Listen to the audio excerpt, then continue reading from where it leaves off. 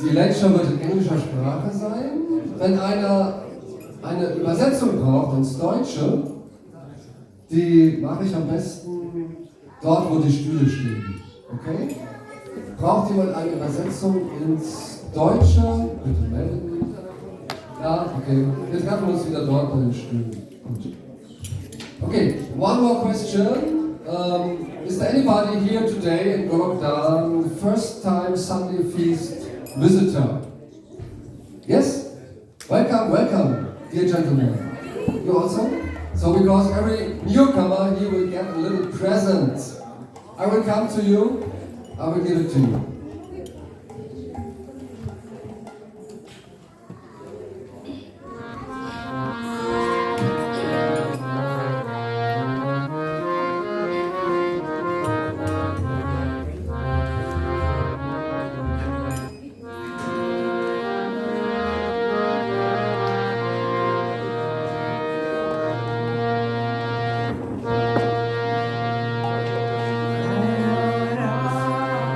Namah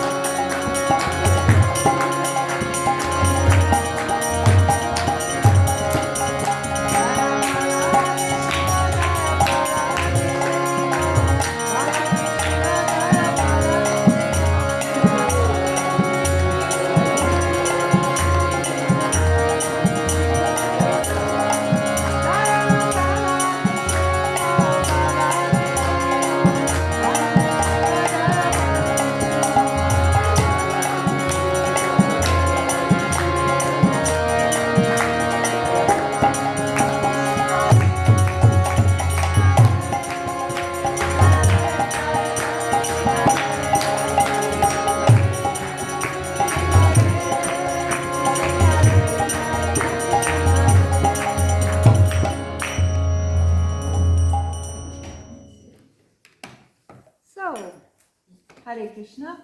Hare Krishna. Thank you everybody for coming today. It's so nice that we can have a festival here, celebrating the appearance day of Sri Lord Nrsimha.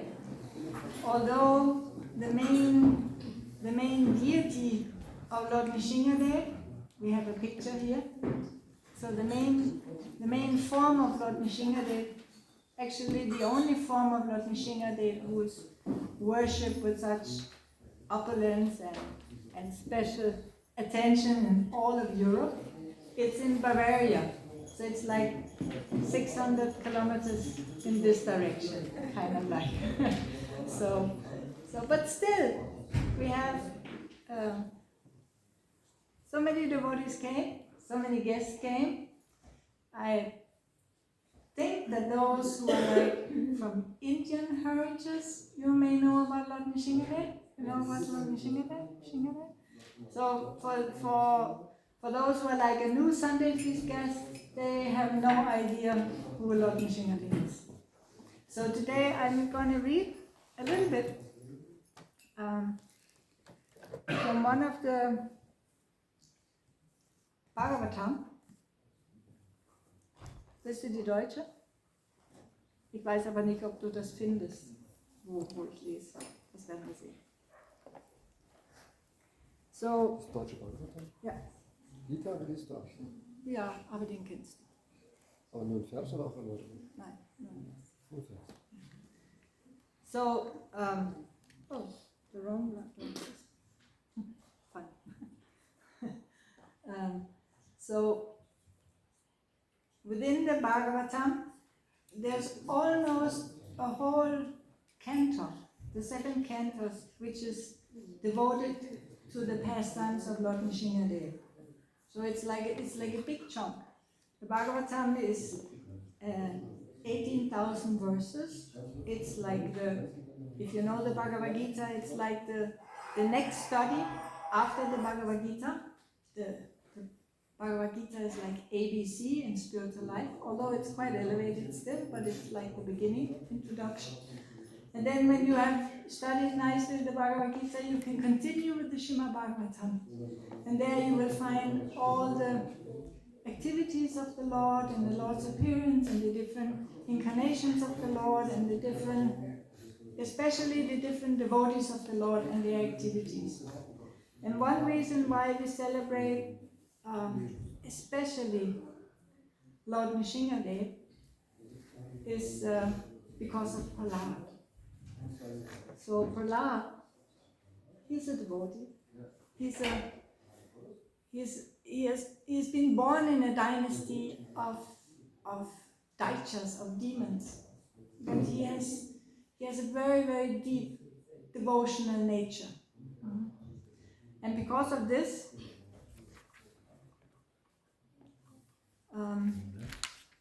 yeah, maybe I can use it. It's right. I took glasses, but they were wrong. The right one. Oh, that's nice. Thank you. Thank you. All right. Nice. So we just chant one small prayer before we start, and then I just read a little bit something that happens, and then we can try to understand who is Prahlad. So that we can, when we understand who is Prahlad, then we will also understand more why Lord Nrsimha appeared. Om Namo Bhagavate Vasudevaya. Om Namo Bhagavate Vasudevaya. Om Namo Bhagavate Vasudevaya. Om Namo Bhagavate Vasudevaya. Om Namo Bhagavate Vasudevaya. Om Namo Bhagavate Vasudevaya.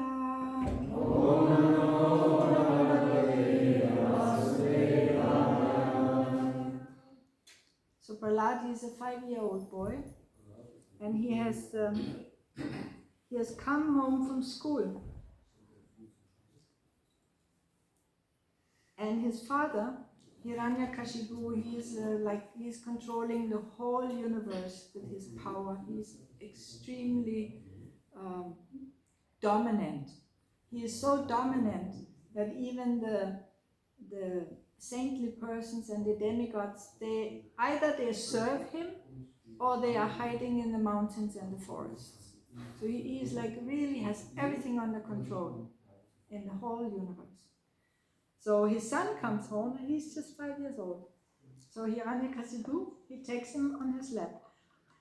When Hiranyakasipu saw his child had fallen at his feet, wir sind 7, 5, 21, 20.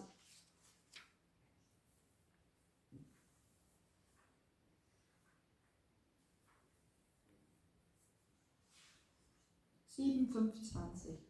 When Hiranyakashipu saw that his child had fallen at his feet and was offering obeisances, as an affectionate father, he immediately began to shower his blessings upon the child and embrace him with both arms. A father naturally feels happy to embrace his son, and Hiranyakashipu was very happy in this way. Hiranyakashipu seated Prahlad Maharaj on his lap and began smelling his head, with affectionate tears gliding down his eyes and moistening the child's smiling face. He spoke to his son as follows. Hiranyakashipu said, "My dear Prahlad, my dear son, O long-lived one, for so much time you have heard many things from your teachers. Now, please repeat to me whatever you think is the best knowledge." So we have to understand that Prahlad Maharaj, he's 5 years old and he has just begun schooling. And he has like teachers who are teaching him religiosity, like on a material level, diplomacy,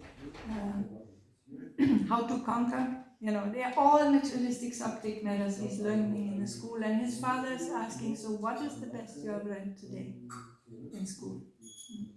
So Prahlad Maharaj is saying a very famous verse, which is actually, I'm not going to read the whole verse, I'm going to just say what's about, but it starts with Shavanam Kirtanam Vishnu, Smaranam Pada Sevanam, Achanam Vandanam Dasham, Sakyam Atmani Vedanam. So this is the whole 9 processes of devotional service, which are starting with hearing and chanting about the transcendental name, form and qualities and pastimes of Lord Vishnu, remembering them, serving the lotus feet of the Lord, offering the Lord respectful worship, offering prayers to the Lord, becoming his servant, and offering the Lord and considering the Lord one's best friend and surrendering everything unto him. So Prahlad Maharaj, he doesn't care if this is what his father wants to hear. He just speaks his personal truth. His truth is that the best knowledge which is there within the universe is the 9 processes of devotional service. This is the highest knowledge. And Hiranyakashipu, he gets furious. He gets really angry. He didn't expect that. He had no idea that Prahlad Maharaj had any contact with any devotees. He had been protecting him in all kinds of ways, make sure he couldn't leave the palace.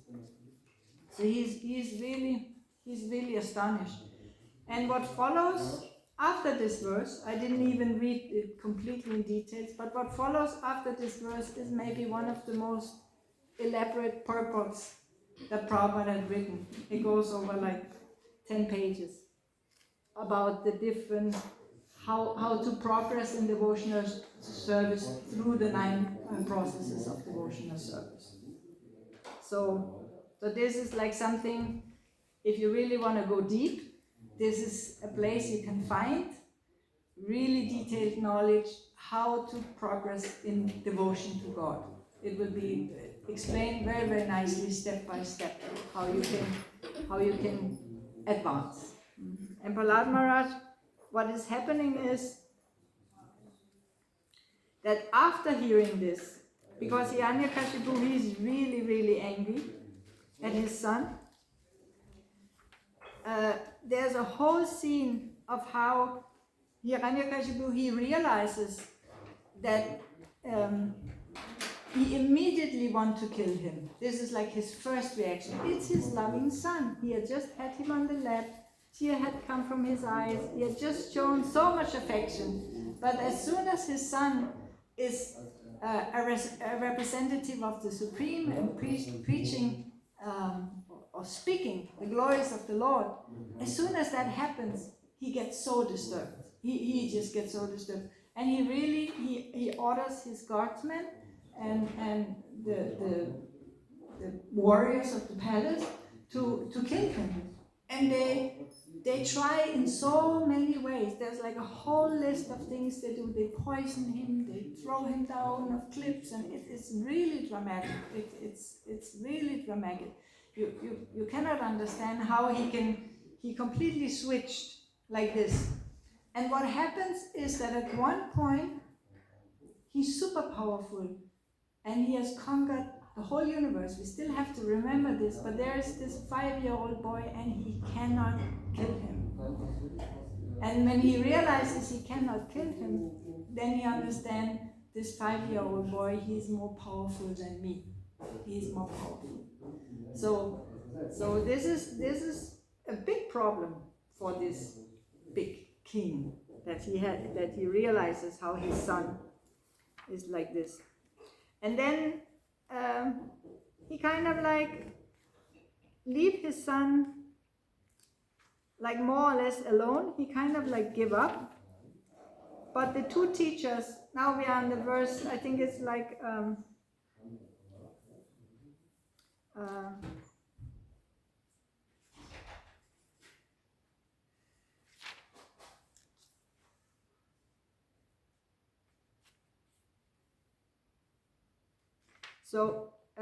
verse number 52 in the same chapter 5.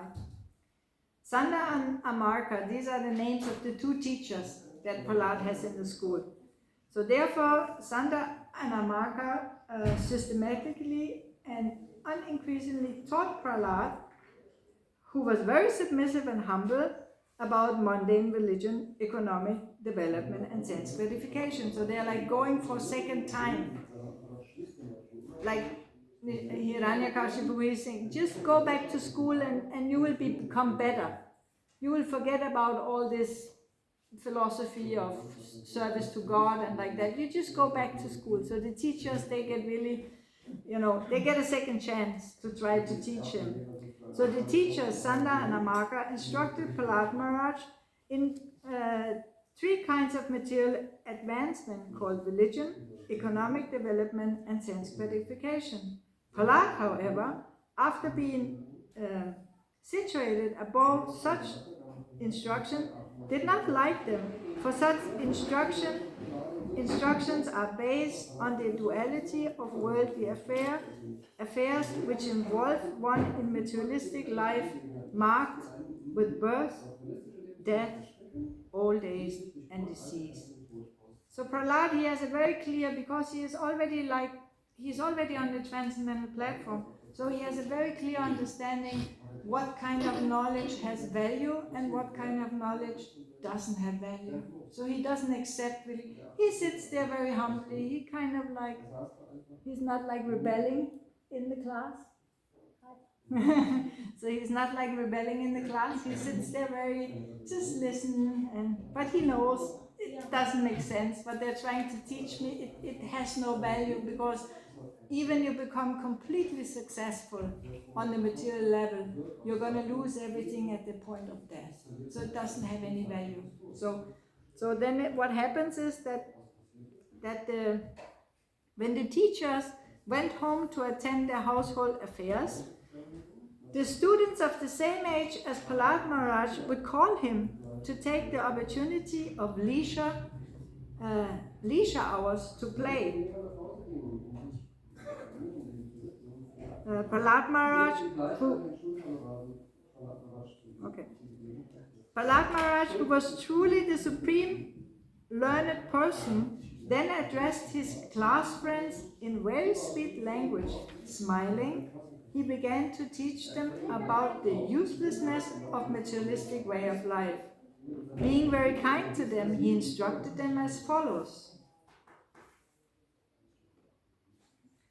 All the children were very much affectionate and respectful to Prahlad Maharaj, and because of their tender age, they were not so polluted by the instructions and actions of their teachers, who were attached to the condemned duality and bodily comfort.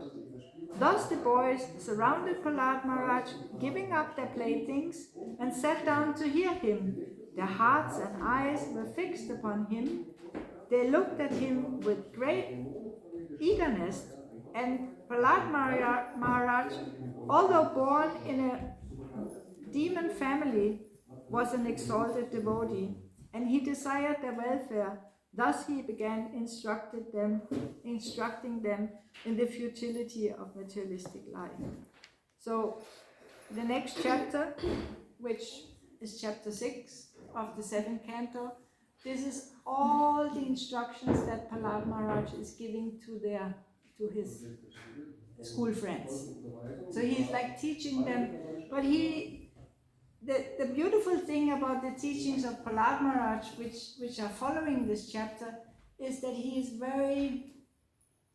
not kind of like, although he's very clear in his language, he's not kind of like criticizing the school boys.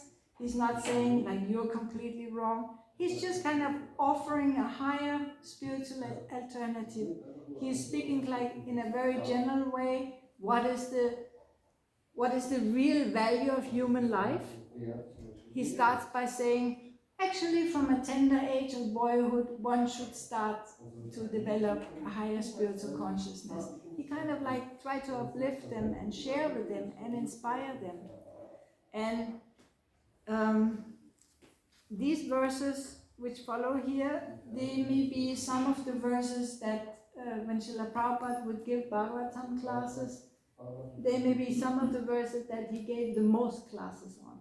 So you can go back and you see all the lectures that Srila Prabhupada gave, and the 7th canto, especially the teaching of Prahlad Maharaj, he would very fondly speak his teaching, because it's a very kind way of giving transcendental knowledge. He's sitting there with the other boys. They were supposed to play, but say, okay, we will sit, we will listen to you. Let's see what you have to say. And then he's kind of like just uplifting them. And in the end, he's giving them the highest transcendental knowledge of how to connect with the Supreme. So his consciousness is completely pure, he's completely kind, and still he is also kind of like very direct. After he's teaching his friends, Lord Nrsimha appears. There's lots of things happens.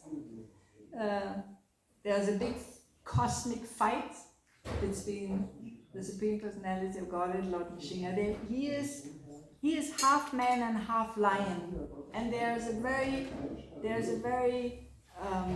special reason for that.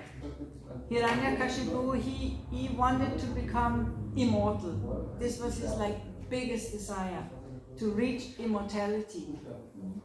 Because his logic was, if I'm immortal, if I cannot be killed, then I'm God. This was his logic. That was how he was thinking. So he went to the Sumantara mountain and he performed austerities which were so extreme. He would stand on his toes with the arms raised. Endless time he would stand like this, and he was standing so long that around him there was a form of an anthill.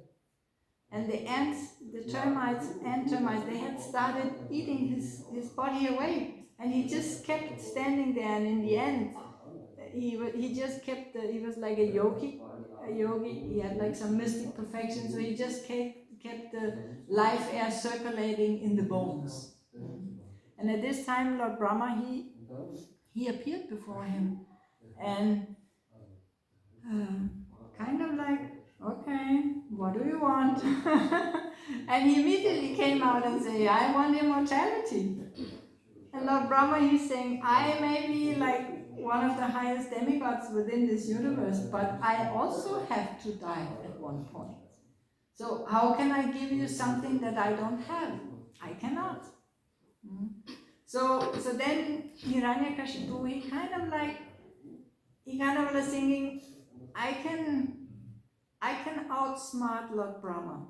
I can think of ways that Lord Brahma, he will give me benedictions, because Lord Brahma, he wanted to give him some benediction so that he would stop this severe austerities. The austerities were so severe that the heat of the universe everything started to heat up. It was really dangerous, a dangerous situation he had created by his austerity. So Brahma, he wanted to stop it, and he felt obliged to give him some benedictions. So he starts by saying that he don't want to be killed by any man, not by any animal. He's not going to be killed on the land, in the water, in the air. He's not going to be killed inside or outside. He's not going to be killed by any weapon. And in this way he continues giving all kinds of ways he's not going to die. And in this way he's thinking, if all of these points are followed, there is no loophole, there is no way I can die. So Brahma, kind of like reluctantly, but he felt obliged. He gave all these benedictions. And when we look at Lord Nrsimhadev, because why is he half man, half lion? Because he's not an animal, he's not a man, he's a divine personality. I think Lord Brahma, Lord Hiranyakashipu, he forgot to say, because he was kind of like competing with God. So he didn't say, I'm not going to be killed by God. He said demigods, but they are like ministers of the Supreme. So that category. But he didn't mention directly the category God. He mentioned all kinds of other categories of beings from which he would not be killed. So again, the father and son, they have a discussion, and Hiranyakashipu is really angry at his son because he cannot kill him, and his son is always kind of like encouraging him. Yes, you should chant the name of the Lord. And at one point he gets so angry at his son, and he said, "Where is your God? Is he also in this pillow?" Be careful. And at this point, because Prahlad Maharaj, he had a completely divine vision. He could see God everywhere. So when he yes, he's also in this pillow. And at this point, Lord Nrsimhadev, he just burst out of the pillow. So Lord Nrsimhadev, he's half man, half lion. There is a cosmic fight between these two gigantic living beings. One is the Supreme Personality of Godhead, one is an extremely powerful demon, and they fight for some time. It's like, for Nrsimhadev, it's like, when a cat play with a mouse. It's very uncomfortable for the mouse. So in the same way, it was very uncomfortable for Hiranyakashipu, the fight. And in the end, he's killed. He is not killed on the land, in the water, or in the air. He is on the lap of Lord Nrsimhadev. And he's not killed by any weapon, because he's killed with Lord Nrsimhadev's nails. You don't consider the nail a weapon, really. It's a part of your body. It's the nails. And he is not killed inside or outside, because they are exactly on the threshold of the house, of the palace. So it's not inside, it's not outside. And he's not killed in the day or the night, because it's the twilight. It's exactly the time between the day and the night. It goes on and on like that. So there may be things I forgot, but it's really extraordinary. And Brahma, he's like, my Lord did it, you know. I gave all these benedictions. And somehow or other, the Supreme, which is also the master of Lord Brahma. Lord Brahma, he's also a devotee of the Supreme. So he had given all these benedictions, and I'm not completely sure that he knew what kind of form was going to appear to actually fulfill all his benedictions. But this is the form of Lord Nrsimhadev. And what happens after the appearance of Lord Nrsimhadev is that, because he's very angry, and all the assembled personalities who were there, nobody could appease him. Everybody was afraid. Even Lakshmi, who is like the goddess of fortune, who is the eternal companion of the Lord in Vaikuntha, Lord Nrsimhadev is a form of the Lord in Vaikuntha. She was like, I never saw him like that. I cannot even recognize him like that. So she was, and in the end, the assembled personality said, oh Prahlad, he came because of you. So you go, you appease him. And Prahlad Maharaj had no fear. He was completely peaceful.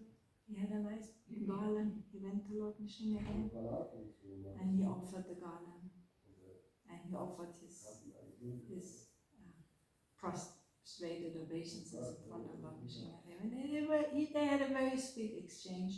And what is very special is that the form of Lord Nrsimhadev that is worshipped in Bavaria, this form, this is where Lord Nrsimhadev, he has been pacified by the prayers of Prahlad. So there is one chapter which follows, which is called the prayers of Prahlad, or how Prahlad pacifies the Lord with prayers. And within these prayers, Lord Prahlad Maharaj, he is not only concerned with all the human beings, all the animals, all the living entities in the universe. He's even concerned with his demoniac father. So he's even asking, please liberate my father. Please also be kind to him. Although he was really not nice in any way, but you kindly be kind to him. So this is what happened. And there's one verse in this, Prahlad pacifies the Lord with prayers. Chapter 9, verse 43. Your glasses are funny, but they're nice. So, I think I will say the Sanskrit to this one because it's very, very nice. Nadvod vidyat paraturatya javai taranyat tadvyaya gahana mahamritamaknachitaha so chetato vimuta chitasa indriyada maya sukayam paramudvato vimutam. So Prahlad is standing in front of all these personalities and also in front of Lord Nrsimhadev. And he's saying, O breast of the great personalities, I am not at all afraid of material existence, for wherever I stay, I am fully absorbed in the thoughts of your glories and activities. My only concern is for the fools and rascals who are making elaborate plans for material happiness and are maintaining their families, societies, and countries. I am simply concerned with love for them.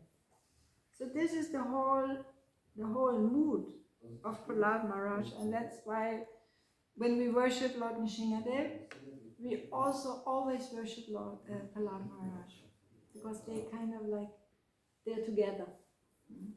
And especially when we see this form of the deity, this form,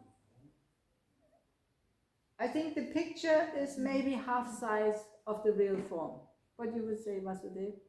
Not so. Not so? Almost, the deity is almost the same of the frame. Consider the frame is the same. Okay. So one time I was in the temple room of Lord Nrsimhadev, and there was a father who had come to visit with his son, and they were standing there and looking. They were like kind of like tourists. They didn't know so much about Krishna or anything. So they may have heard something about Nrsimhadev before, and they were standing in front. And the father, he says to his son, so he's not so big. And the son immediately he answers back, when he stands up, he's big. so this is like the simplicity. You know, we worship the deity, the person is there.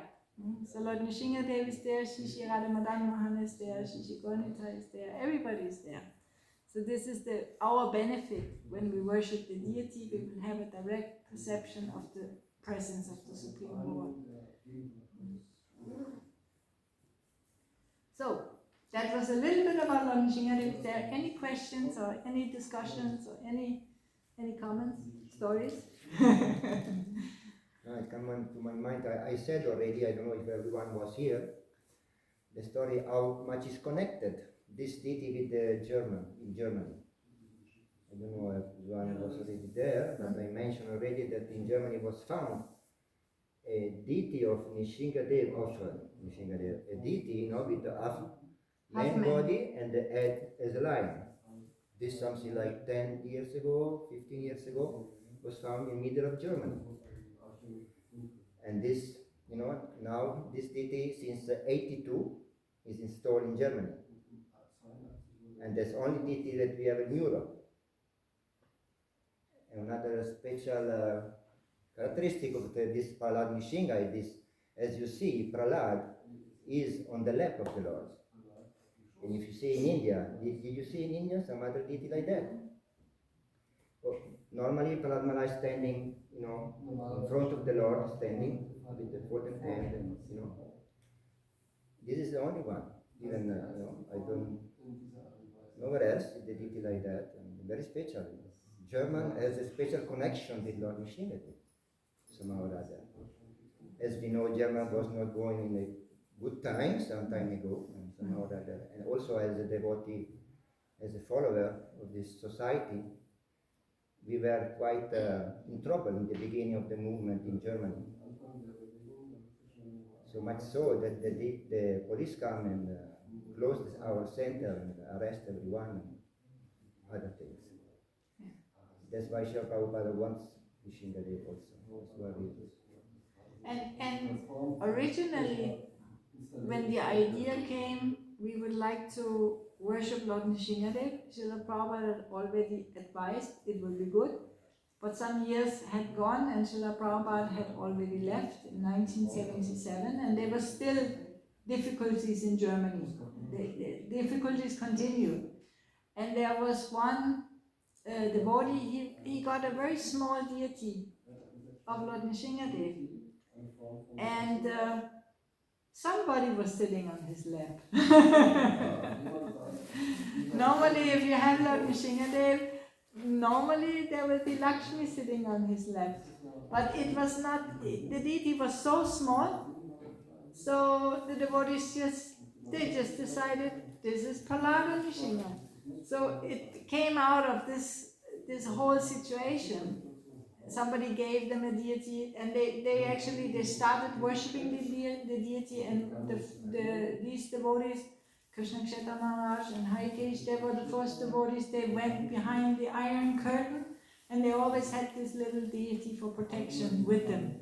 So at that time, whole of Europe there was like an iron curtain through whole of Europe, and the deity of Nrsimhadev went many places. What is today Ukraine, Moscow, East Germany, everything, Poland, all the countries on the other side, Czechoslovakia, Hungary, all these countries, Lord Nrsimhadev went. So, and then there's a whole story how the deities then kind of like manifested. But you can find it.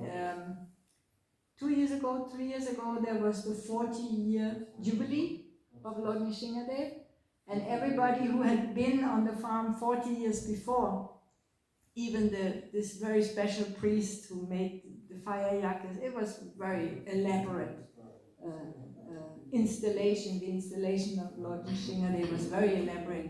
So even that same priest who had been there 40 years ago, he was also there.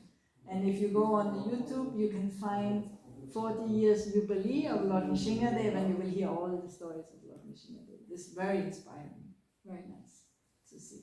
Lord Nrsimhadev is working. Yes. We need to pray.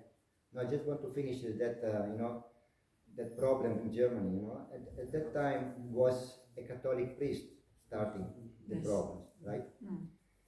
But I believe something also like now, maybe 10 years ago, the same priest come to one of our leaders, okay, and he asked for forgiveness.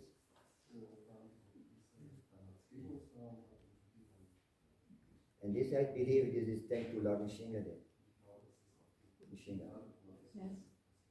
I wanted to read one verse of the Bhagavad Gita. We have, in the Bhagavad Gita, we have 4 verses. It's like in the middle of the Bhagavad Gita, and they are like key verses for the Bhagavad Gita. And I think one of these key verses very beautifully describes Prahlad Maharaj and how he is.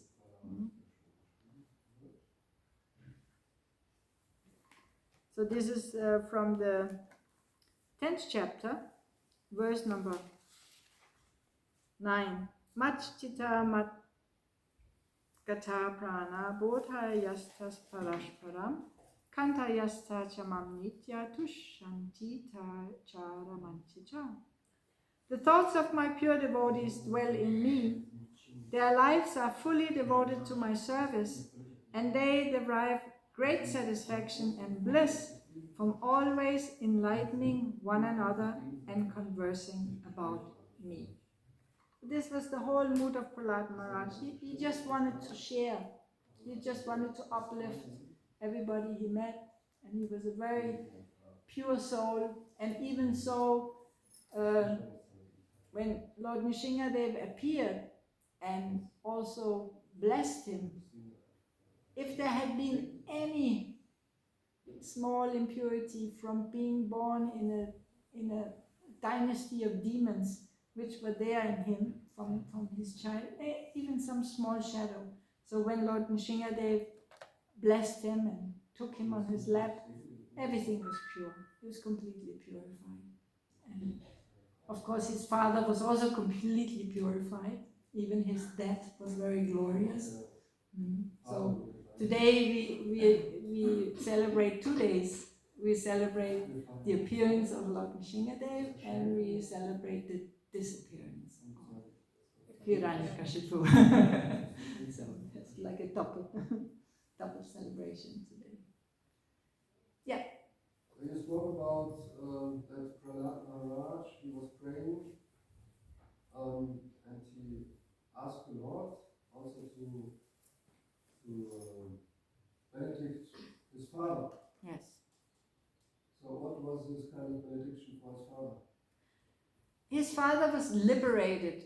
I am not. I will have to. Lord Nrsimhadev asked Prahlad Maharaj, now that you are free, what kind of blessing can I give you? And Prahlad Maharaj answered, please, make free my father. Liberate my father. Yes. And Lord Nrsimhadev, he kind of like imparted that just by being killed personally by Lord Nrsimhadev. Entschuldigung.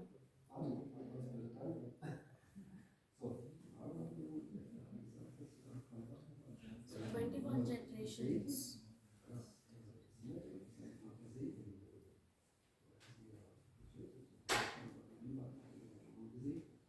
Did Lord Brahma have any consequences for giving such benediction? Okay, so his blessing was that he was liberated, and also this morning I heard 10 generations in the past of Hiranyakashipu and 10 generations in the forward, but you say like 21 generations, so it's, you can stretch it. So it was not just only Hiranyakashipu who was blessed and liberated, but his whole dynasty practically was liberated along with him, because he was personally killed by the Supreme. So, and she was asking if Lord Brahma got any repercussions because he gave these kinds of blessings. And I'm sure if I have this question in my head and I read through the Bhagavatam, I'm sure I will find the answer, but I don't have the answer now. I'm sure there is an answer. Yeah? What is meant by liberation? Brahman or Vaikuntha? There is a backstory. There's a big backstory to the why Hiranyakashipu became Hiranyakashipu. So I'm not sure if this is the last birth he had to take, but he was actually cursed. He was Jai and Vijay, they were two doorkeepers. And when the Kumaras came to Vaikuntha, who was just like boys, the four Kumaras, saints, who were the first sons of Lord Brahma, they came to Vaikuntha and they wanted to see Vishnu. But because they were boys, they decided, we want to stay boys because we don't want to have anything to do with material existence. So they were boys and they were naked. So they came to the doors of Vaikuntha. And when the doorkeepers saw there are some naked boys in front of the door, we don't want to let them in. They couldn't understand these are great sages who have decided that's how we want to stay. So these two doorkeepers, they stopped them. Later Lord Vishnu, he came out and he said, no, they can come. But just because of this kind of like attitude, then they could choose. Either you take birth in the material world, either you go for 7 times as my devotees, or you go for 3 times as demons. So they choose demons because it's more fun. I don't know if that was the because they reason. didn't want to be separated. They wanted to 7 come back quicker, so they choose the demon. So they are like sets of demons. Yeah. It's just a point. Yes. About the 3 lives, it was first Hiranyakashipu, Hiranyaksha, Yes. Ravana and Kumbhakarna, and Yes. then Shishupala and Dantavakra. Yes. So they were like 3 sets of demons, which appear in different Avtaras. yeah, different pastimes of the Lord. You will see these kinds of demons. So they came and gave the Lord a good fight. Okay, something else? You want to do the artik? We also have small candles that we can offer, and we can sing, we can get up and sing. Lord Nrsimha Devi is beautifully garlanded there. We can just get up and sing, and there will be an artik offered, and we have small candles so everybody can come and also offer a small candle to Lord Nrsimha Devi personally. Jai Nrsimha Devi ki, Jai Shri Prahlad Maharaj ki.